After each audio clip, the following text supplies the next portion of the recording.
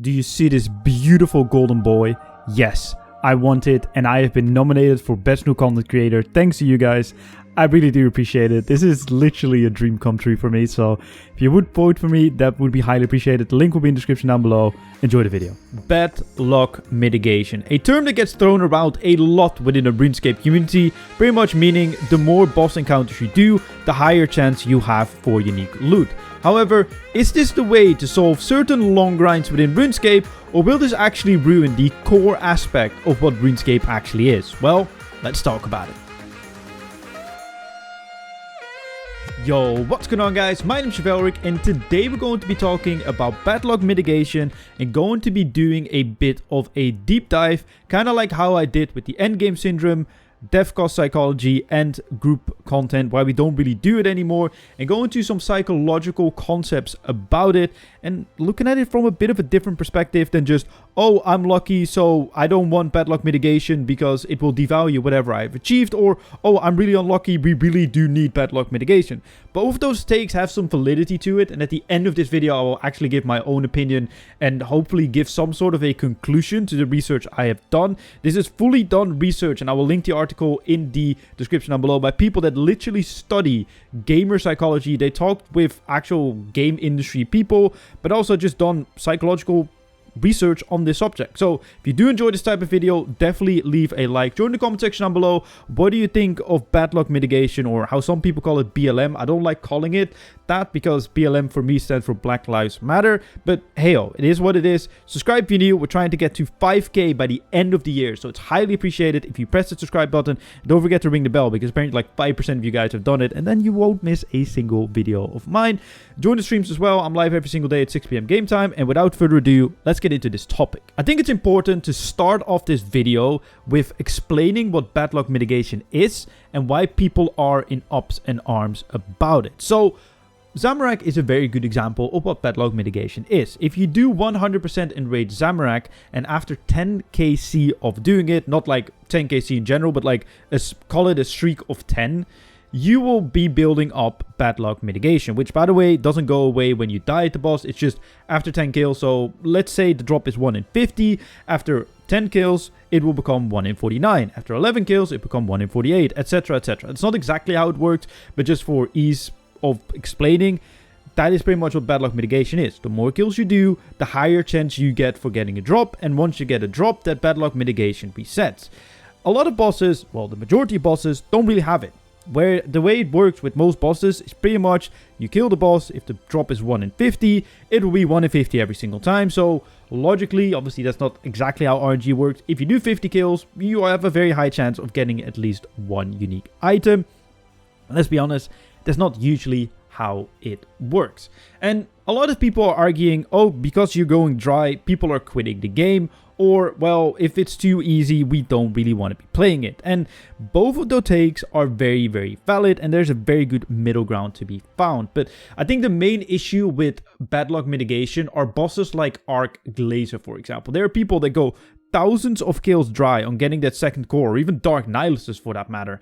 And it's just becoming a grind that is hundreds and hundreds and hundreds of hours to finish a lock, which raises the argument, should you be able to finish a lock easily, or should it be something finishable?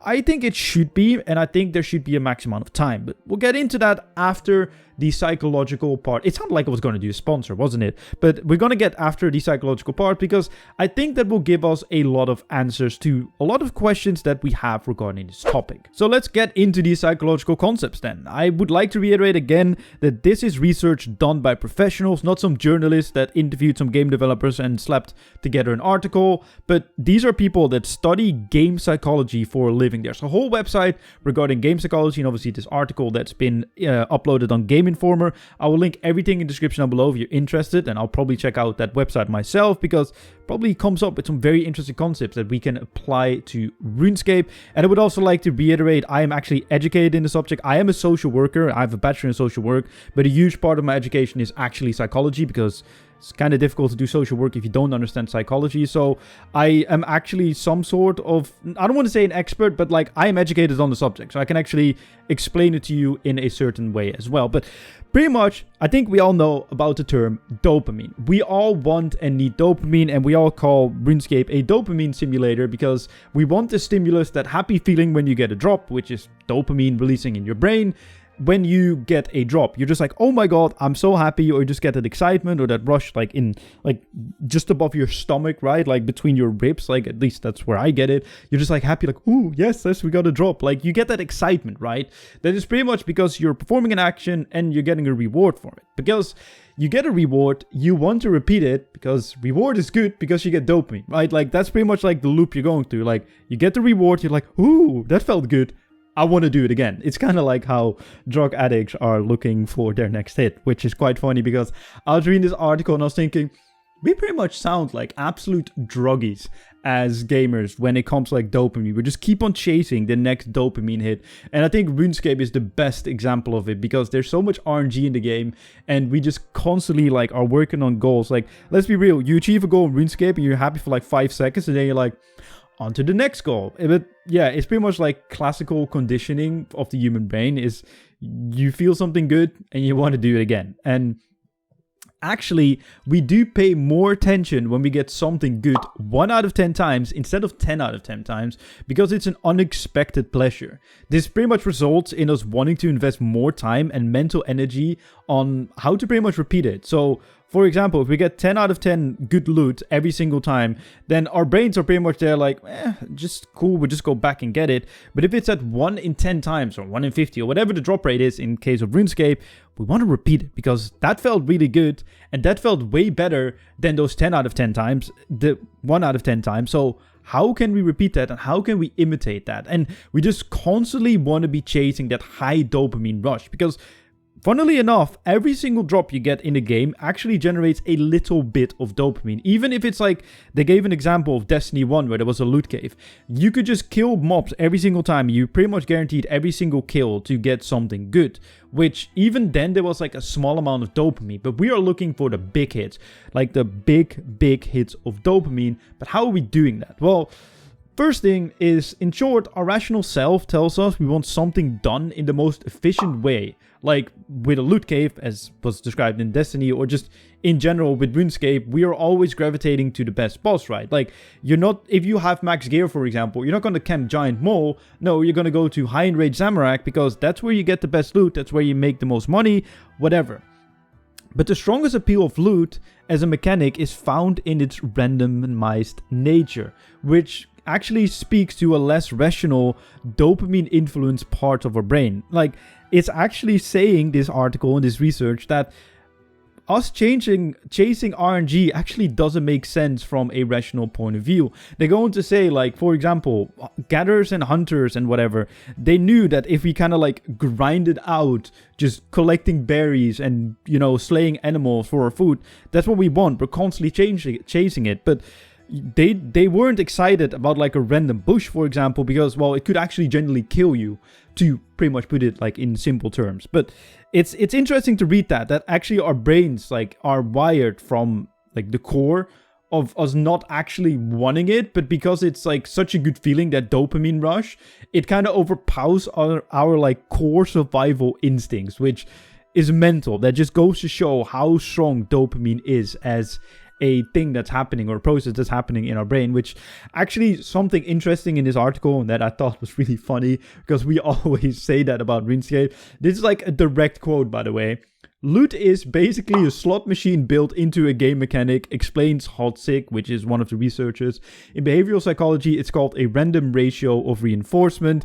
Pretty much like, oh, you get lucky one time, so there's probably a chance we can get it again, and that felt really good. Let's do it again. Which I thought was really funny when they actually you know, brought that up. But they also go on to say what that lack of fulfillment does is builds up more tension and anticipation and makes you want to try it the next time. And I think that is something that is really, really, really important when we talk about bad luck mitigation within RuneScape. Because there's this like excitement every time like the boss does his like dying animation in RuneScape, for example. You have that excitement of, ooh, are we gonna get something? And then you have that disappointment. But what it pretty much does, it just builds up that dopamine hit more and more and more every single time you get that disappointment. Because eventually when you get it, let's be honest, in RuneScape, you just get really, really happy.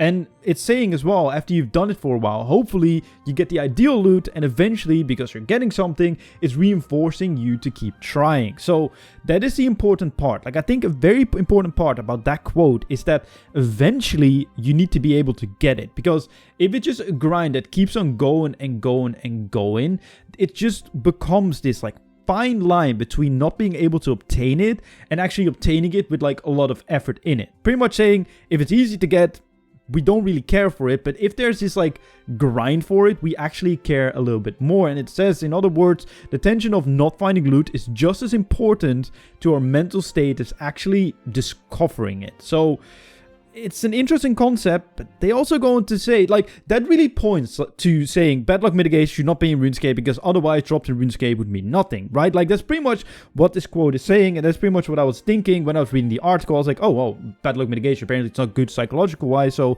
we just need to keep on trying.